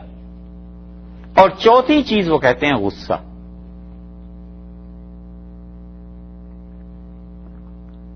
ان 4 چیزوں کا بیلنس ہوتا ہے پھر انسان بنتا ہے۔ اس بیلنسڈ لائف کے لیے یہ 4 چیزیں اپنی مناسب مقدار میں ہونی چاہیے۔ اب کیا یہ 4 چیزیں مناسب مقدار میں نہیں ہیں تو انہیں کر سکتا ہے، نہیں کر سکتا، کیا کرے؟ اگر یہ اخلاقیات تبدیل ہونے والی چیز نہ ہوتی تو رسول اللہ صلی اللہ علیہ وسلم کبھی بھی نہ کہتے کہ اچھے اخلاق سے پیش آؤ۔ بہت بڑی دلیل ہے اس بات کی کہ لوگ آئے اور کسی نے کہا اللہ کے رسول مجھے نصیحت کریں، آپ نے کہا غصہ نہ کرنا۔ اس نے کہا اللہ کے رسول اور نصیحت کر دیں، تو رسول اللہ صلی اللہ علیہ وسلم نے کہا غصہ نہ کرو۔ پھر اس نے پوچھا فردہ مرارن، بار بار آپ یہ کہتے رہے لا تغضب لا تغضب لا تغضب، غصہ نہیں غصہ نہیں غصہ نہیں، تو اس کا مطلب صاف پتہ چلتا ہے کہ آدمی غصے پر کنٹرول کر سکتا ہے۔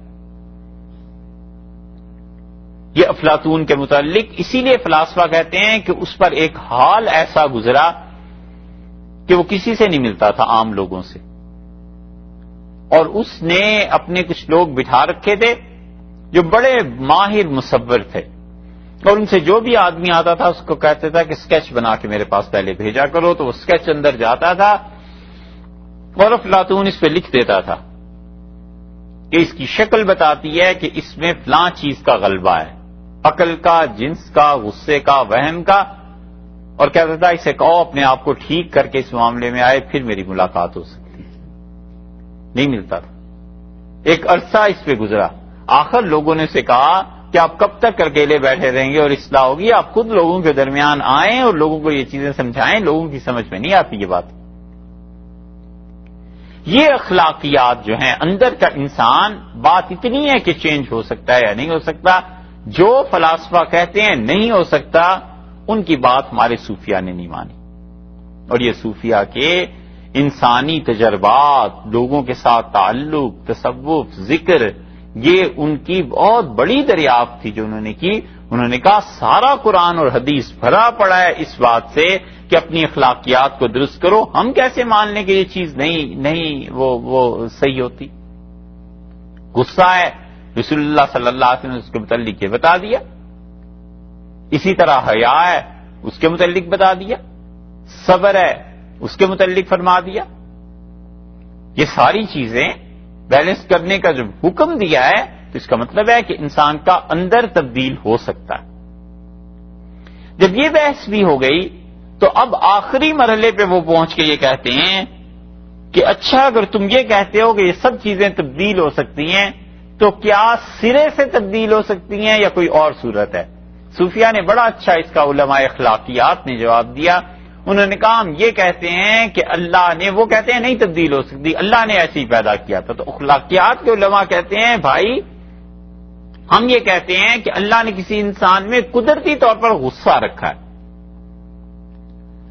تو اسے اتنا تبدیل کیا جائے کہ جو حق چیز ہے اس پہ غصہ آئے اور جو باطل چیز ہے اس پہ غصہ نہ آئے. یعنی جہاں پر جھوٹ ہے، جہاں پر غلط چیزیں ہیں اس پہ غصہ آئے.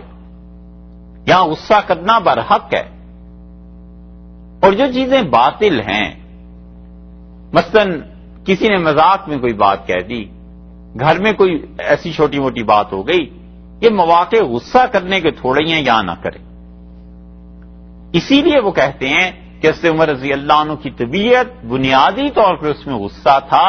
رسول اللہ صلی اللہ علیہ وسلم ان کے اخلاقیات کو تبدیل نہیں فرمایا سرے سے، بلکہ آپ نے اس کا رخ مسلمانوں کی طرف سے ہٹا کے اللہ کے دین کے خلاف جو لوگ تھے اس میں لگا دیا. اور خلاصہ اس ساری بحث کا وہ یہی نکالتے ہیں کہ وہ کہتے ہیں کسی بھی انسان کی اصل طبیعت کو کوئی شیخ تبدیل نہیں کرتا، اور شیخ کو محنت یہ کرنی چاہیے کہ وہ دیکھے اس آدمی کی طبیعت میں اصل میں کیا بات ہے. کچھ عرصے میں جب معلوم ہو جائے تو اس کی جو اصل مقام ہے بس اسے اس تک پہنچا دے کہ یہ کام یہاں. بعض لوگوں کی طبیعت میں اندھی محبت ہوتی ہے، کسی چیز کے ساتھ تعلق ہو جائے ٹوٹ کے محبت کرتے ہیں. کسی کتاب سے محبت ہو جائے، بس جب تک اس کتاب کو اچھی طرح پڑھ نہ لیں، اس کے نوٹس نہ بنا لیں، اس کی جلد نہ بن جائے، اس کو اچھی طرح وہ سجا نہ لیں، ان کو چین نہیں آتا. بچیاں ہیں، لڑکیاں، ان میں ہو جاتی ہے. اب وہ بچی ہے، اسے اپنی کسی سہیلی سے اتنا تعلق ہو جائے گا، اتنی محبت ہو جائے گی کہ روتی رہے گی. یہ خدا نے اس میں محبت کا جذبہ رکھ دیا ہے. شوہر ہو جائے گا جو بھی اس کا، اس سے اسی طرح ٹوٹ کے محبت کرے گی. تو اگر کوئی سمجھانے والا ہو تو اس محبت کے جذبے کو سرے سے ختم نہیں کیا جا سکتا. اس کا مرکز بدلا جا سکتا ہے، وہ بدل دینا چاہیے. اسے خدا نہ خواستہ علیاذ باللہ کہیں کسی سے عشق اور محبت ایسی ہو جائے جو ناجائز ہو تو اس کو ادھر سے ہٹا کے جائز اور صحیح مصرف پہ استعمال کر دینا چاہیے. بس یہ ہے جبلت جس کا حضرت شعیب علیہ السلام نے ذکر کیا ہے. یہ چیز بعض بچے ہوتے ہیں اور ان میں عادت ہوتی ہے بولنے کی، بات چیت کرنے کی. اب باپ یہ کرنے لگے کہ تم چپ رہو چپ رہو چپ رہو، وہ کیسے چپ ہو؟ تو خدا نے پیدا ہی اسے ایسے کیا ہے. اور باپ اسے یہ بتا دے کہ بیٹے پڑھ کے پھر بولا کرو، اور تم سپیکر بن جاؤ اور تم جاؤ اور اس میدان میں جہاں تقریر کے مقابلے ہوتے ہیں وہ بچہ اسی میدان میں چلتا رہے گا، کام کر لے گا، بڑھ جائے گا. تو اخلاقیات میں یہ بنیاد ہے اس کی کہ آدمی جس کی بھی تربیت کرتا ہے اس کے مزاج کو پہچانے کہ مزاج اس کا کیا ہے، اور جیسا مزاج ہوتا ہے ویسی اس کی تربیت ہو جاتی. اور یہ نہ جاننے کی وجہ سے گھروں میں لڑائیاں ہوتی ہیں، طلاق تک نوبت پہنچ جاتی ہے، کیا کیا ہوتی ہیں، کیونکہ وہ ایک دوسرے کے اندر کے انسان کو نہیں سمجھے ہوتے کہ اندر سے کیا. ایک آدمی کی طبیعت میں بخل ہے، نہیں پیسے خرچ کرنا چاہتا، تو شیخ اب یہ تو نہیں کر سکتا کہ اس کی طبیعت کو ہی بدل دے، بخل اس میں رہی نا. بس وہ اسے اتنا سمجھا سکتا ہے کہ بیٹے یہ چیزیں ہیں جہاں پہ پیسہ نہیں خرچ کرتے، اور یہاں پہ اللہ نے حکم دیا ہے تو یہاں پر تم اپنی طبیعت پہ عقل کو غالب کرو اور عقل کی وجہ سے پیسہ خرچ کرو. مثلا لوگ کئی سیلاب آ گئے اور لوگ مرے پڑے ہیں تو وہاں پہ طبیعت نہیں چاہتی اس کی پیسہ خرچ کرنے کو, اللہ نے دیا ہوا ہے. تو شیخ اسے سمجھا سکتا ہے کہ اپنی عقل سے کام لو, یہ سارے لوگ ایسے ہیں, مسلمان ہیں, آدمی ہیں, فلاں ہیں, ہم کل کو مر جائیں پھر کیا ہوگا. عقل میں آتی ہے بات کہ ان کے کفن دفن کا بندوبست ہونا جائے. وہ کہتا ہے جی عقل میں آتی ہے, طبیعت میں نہیں آتی. وہ کہتے ہیں طبیعت کو دباؤ اور عقل کو غالب کرو اور یہ کام کرو. یہ ہے چیز جس سے تربیت ہوتی ہے. اس لیے اس آیت پر سب سے اچھا جن لوگوں نے لکھا ہے وہ صوفیان. تفسیریں جو ہیں قرآن پاک کی وہ ایک ہی طرز پہ نہیں لکھی گئی.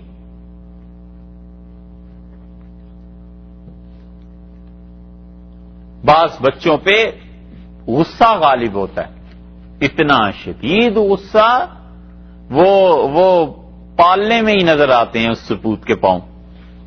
جو چیز ہاتھ میں آئی اٹھا کے دے ماری, جو چیز آئی دوسرے سے لڑائی ہو گئی, روز لڑ کے آتا ہے, بہن بھائیوں سے لڑتا رہتا ہے.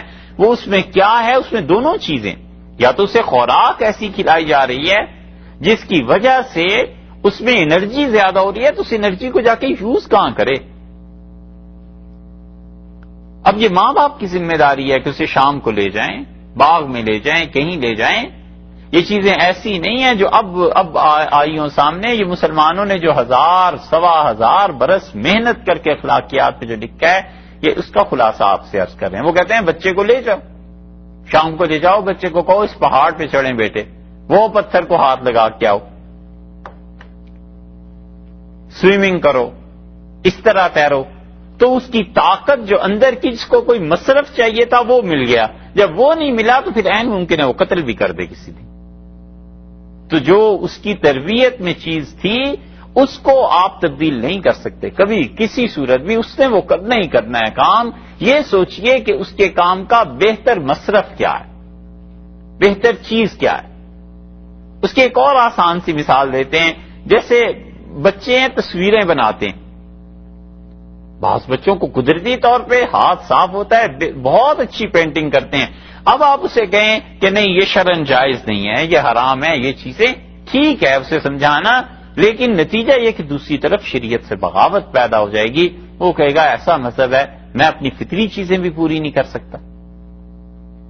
اس کی اسی طبیعت کو لگا دینا چاہیے کہ بیٹے یہ دیکھو یہ منظر ہے, یہ دریا ہے, پہاڑ ہیں, ایسی چیزیں ہیں, اس کی تصویریں بناؤ, ان چیزوں کو کھینچو, تو اس کی طبیعت کی تسکین بھی ہو جائے گی اور شریعت کے دائرے میں بھی رہے گا. کوئی ایسی چیز نہیں.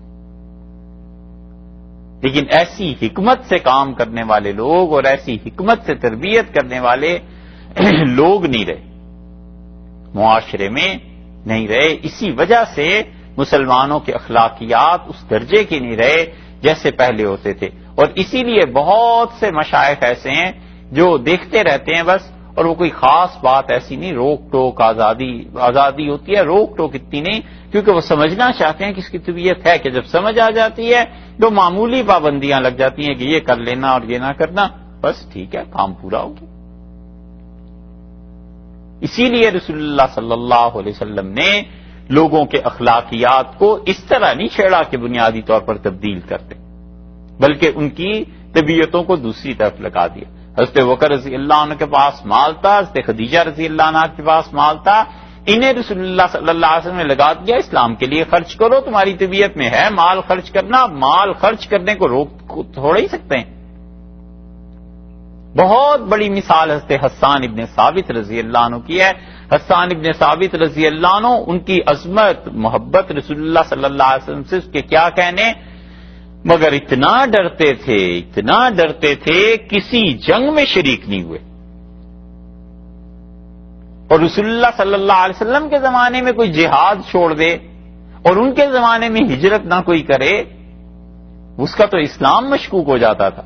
تو رسول اللہ صلی اللہ علیہ وسلم نے نہیں فرمایا حسان ابن ثابت رضی اللہ عنہ کیا اور میرے ساتھ لڑائی میں چلو, اور کیوں نہیں لڑتے, نہ, ان کے لیے کرسی بچھا دی مسجد نبوی میں اور کہا حسان دیکھو یہ مکہ مکرمہ میں کافر میری ایسی ایسی توہین کرتے ہیں، ایسے ایسے شعر کہتے ہیں، اور تم میرے لیے تعریف بیان کر دو، اور ابو بکر رضی اللہ عنہ سے پوچھ لینا، دیکھو میرا نسب، میری رشتہ داریاں سارے قبیلوں میں ہیں ان قریش والوں کے، تو ان کی قبیلے کی ایسی توہین نہ کرنا کہ اس کی زد مجھ پہ آ کے واپس پڑے، میری بیویوں پہ پڑے۔ مراد یہ تھی رسول اللہ صلی اللہ علیہ وسلم کی۔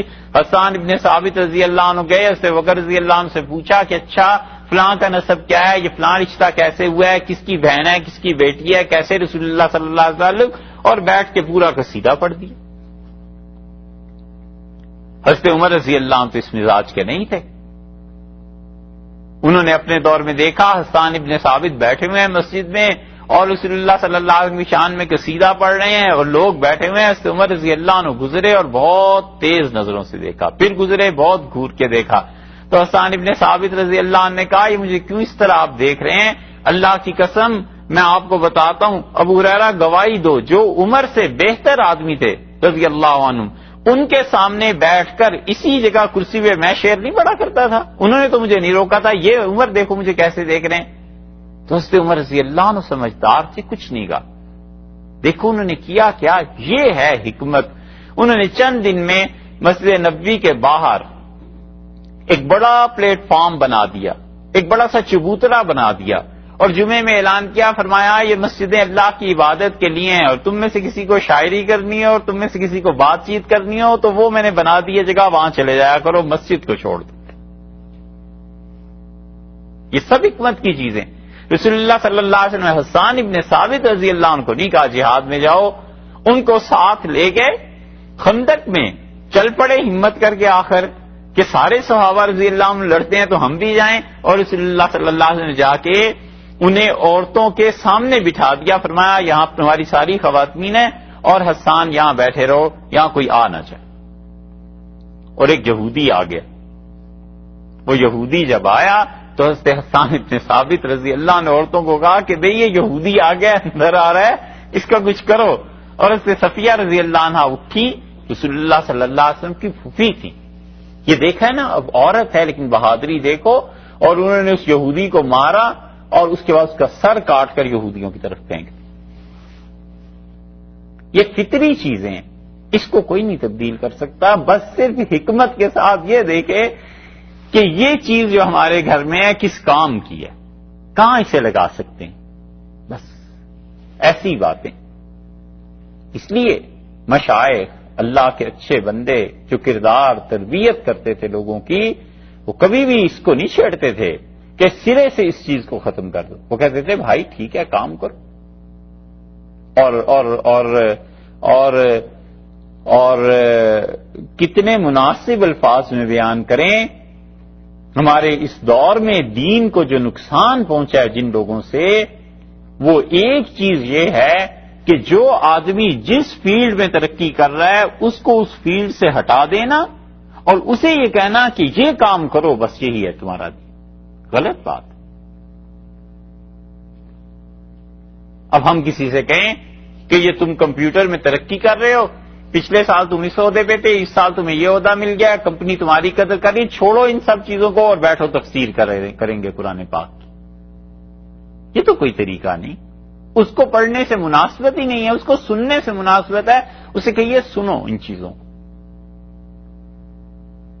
ایک آدمی ہے لکڑی کا کام اچھی طرح جانتا ہے، اب کوئی کہ لکڑی کا کام تم چھوڑ دو، وہ تو تم بالکل نہ کرو، اور آؤ اور چل کے کھیتی باڑی کا کام کرتے ہیں، تو اس کی صلاحیتوں کو ضائع کرنا ہے۔ ہمارے ہاں دین میں جو لوگ یہ سمجھتے ہیں کہ وہ ہر آدمی کو اپنی پارٹی میں شامل کر لیں اور پھر اسے اسی رنگ میں ڈھال لیں، یہ بات نہیں بھائی۔ شعبے ہونے چاہیے زندگی کے، ایک مسلمان اچھا ہیلدی جو سوسائٹی بنتی ہے اس کو سارے لوگ اچھے چاہیے، ڈاکٹر بھی چاہیے، انجینئر بھی چاہیے، مفتی بھی چاہیے، علماء بھی چاہیے، شاعر بھی چاہیے، خطیب بھی چاہیے، سب کی اپنی اپنی صلاحیتیں ہیں، یہ پورے پھول کھلیں گے تب جا کر ایک چمن بنے گا، باغ بنے گا۔ آپ کا مزاج سیاست کا ہے، آپ ہمیں کہیں گے بھائی یہ پڑھنا پڑھانا چھوڑو اور چلو جلوس نکالتے ہیں، جلسہ کرتے ہیں اور جیل میں چلے جاؤ اور قید کاٹ لو، تو یہ کون کرے؟ آپ کا تو مزاج پڑھنے پڑھانے کا ہے، اور آپ کو کوئی کہے کہ یہ پڑھنا پڑھانا چھوڑ کے اور فلاں فیلڈ میں، اس طرح یہ لوگوں کی صلاحیتوں کو نہ پہچاننا اور اصرار کرنا کہ ہماری جماعت کا کام ہی بس دین ہے، بس یہی کرو باقی چیزیں چھوڑ دو، نتیجہ یہ نکلتا ہے کہ اچھے اچھے لوگ ضائع ہو جاتے ہیں۔ جو آج ڈاکٹر تھا، کل کو اس نے اسپیشلسٹ بن جانا تھا، پرسوں کو اس نے ایسا دنیا میں کام کرنا تھا کہ لوگ کہتے واہ بھائی مسلمان آدمی ہے، کیسا اچھا اس نے کام کیا ہے، کیسی اچھی ایجاد کی ہے، اس کی ساری صلاحیتوں کا تیا پانچا کر دیا، اسے کہا سب سے پہلے ضروری ہے کہ خلافت قائم کرنی ہے۔ اب بھلا بتاؤ وہ ڈاکٹر ہے، وہ خلافت کیا قائم کرے گا؟ اس کا ڈھنگ یہ تھا کہ اسے کہتے یہ کام کرو، بہت محنت کرو، مسلمانوں کا نام ہوگا، اور یہ لٹریچر ہے، تھوڑی دیر اسے بھی پڑھو، تمہارے جو دوست آتے ہیں انہیں بھی خلافت کی بات بتاؤ، ہمارے پاس بھیجو، اور ہم ایک دوسرے سے ریلیٹڈ، ایک دوسرے سے تعلق بھی رہے گا اور اپنے اپنے فیلڈ میں ترقی بھی کریں گے۔ یہ حکمت ختم ہو گئی، اور یہ حکمت اگر رہتی مسلمانوں میں تو بہت کچھ ہو سکتا تھا۔ اسی لیے صحابہ رضی اللہ عنہ میں آپ دیکھیں الگ الگ لوگ ہو گئے تھے۔ حضرت ابو ہریرہ رضی اللہ عنہ کو الگ چیزیں ملی، حدیث کا کام کرتے رہے، پڑھاتے رہے، انہیں اگر حضرت عمر رضی اللہ عنہ کہتے تھے کہ جاؤ خالد ابن ولید رضی اللہ عنہ کی طرح لڑو، وہ نہیں کر سکتے تھے، اور خالد ابن ولید رضی اللہ عنہ کو روک لیتے اور کہتے کہ تم ادھر ٹھہرو، مدینہ منورہ میں نہیں ہو سکتا تھا۔ ہر ایک کو اس کی اپنی چیزیں بتا دی کہ اچھا تم یہ کام کر لو، یہ کام کر لو، یہ کام کر لو، اور اسی لیے حضرت عمر رضی اللہ عنہ نے بعض صحابہ رضی اللہ عنہ نے جب کہا کہ ہم اتنا کام یہ کر سکتے ہیں، آپ نے فرمایا ٹھیک ہے یہ کرتے رہو۔ عمار ابن یاسر رضی اللہ عنہ کو آپ نے بنا دیا کوفہ کا امیر، اور عمار ابن یاسر رضی اللہ عنہ کی جب شکایات آئیں تو حضرت عمر رضی اللہ عنہ سنتے رہے، ہنستے رہے، تو لوگوں نے کہا آپ نے کیوں بنا دیا؟ فرمایا میں پہلے سے ہی جانتا ہوں عمار کے بس کی بات نہیں ہے حکومت کرنا، جس کی صلاحیتوں کا پتہ تھا کہ عمار ایسے کر نہیں سکتے۔ ان کا پھر بنا کیوں دیا؟ کہنے لگے اللہ تعالیٰ نے قرآن میں کہا ہے کہ ہم نے چاہا کہ بنی اسرائیل کو فرعون پر غالب کریں اور بنی اسرائیل کو حکومت دیں، تو میں نے سوچا اب جب ہمارا غلبہ آیا ہے تو ہم میں سے کون بڑا کمزور تھا جسے کافر مارا کرتے تھے؟ تو مجھے خیال آیا کہ عمار کے والد، ان کی والدہ کی شہادت ہوئی ہے، عمار بڑا غریب تھا، تو میں نے چاہا اس کو عزت دوں حکومت کے ذریعے تاکہ لوگ دیکھیں رسول اللہ صلی اللہ علیہ وسلم نے ہم غریبوں کے ساتھ کیسی شفقت فرمائی ہے، ہم کس کس سودے پر پہنچ گئے ہیں، بس یہ تمہیں دکھانا تھا، اس لیے میں نے کہا چند دن تم حکومت کراؤ۔ یہ حکمت کی باتیں تھیں۔ حضرت شعیب علیہ السلام نے یہ جو کہا نا، اس پہ سب سے اچھی تفاسیر وہ ہیں جو صوفیہ نے لکھی، کیونکہ تفسیر لکھنے کے اپنے اپنے انداز ہیں۔ کشاف ہے، زمخشری ہے، یہ ہمیشہ لغت کی بحث کرتے ہیں، اور ایسی شاندار ان جیسی بحث کون کر سکتا ہے۔ ابو حیان اندلسی ہیں، البحر المحیط، انہوں نے تفسیر لکھی ہے، ہمیشہ لغت کے نکات بیان کرتے ہیں کہ یہاں یہ لفظ اس کی ہے، یہ لفظ اس کی ہے۔ رازی رحمت اللہ کو دیکھیں، امام ہے فلسفے کے، ان کا اصل میدان ہے، قرآن سے بھی نقطے نکالتے چلے جاتے ہیں۔ جساس کو دیکھیں، وہ قرآن پاک کی تفسیر ہمیشہ یہ دیکھتا ہے کہ اس سے حکم کیا ثابت ہوتا ہے، تو اس لیے مختلف تفاسیر۔ خازن ہے، ان کی بڑی اچھی تفسیر ہے، خازن صوفی تھے بنیادی طور پہ، اس لیے وہ ایسے معاملات میں خوب لکھتے ہیں۔ تو اس آیت پر جبلت پر انہوں نے بحث کی ہے کہ حضرت شعیب علیہ السلام نے جو فرمایا وَالْجِبِلَّةَ الْأَوَّلِينَ، اللہ تعالیٰ نے تمہیں بھی پیدا کیا ہے اور تم سے پہلے لوگوں کو، تو جبلت کسی انسان کا پیدائشی اور فطری وصف جسے تبدیل نہ کیا جا سکے، اس کو کہتے ہیں جبلت۔ جیسے شیر سے اس کی بہادری نہیں تبدیل کی جا سکتی، لومڑی سے اس کی چالاکی نہیں تبدیل کی جا سکتی، ایسی ہی جبلت کا مطلب یہ ہے۔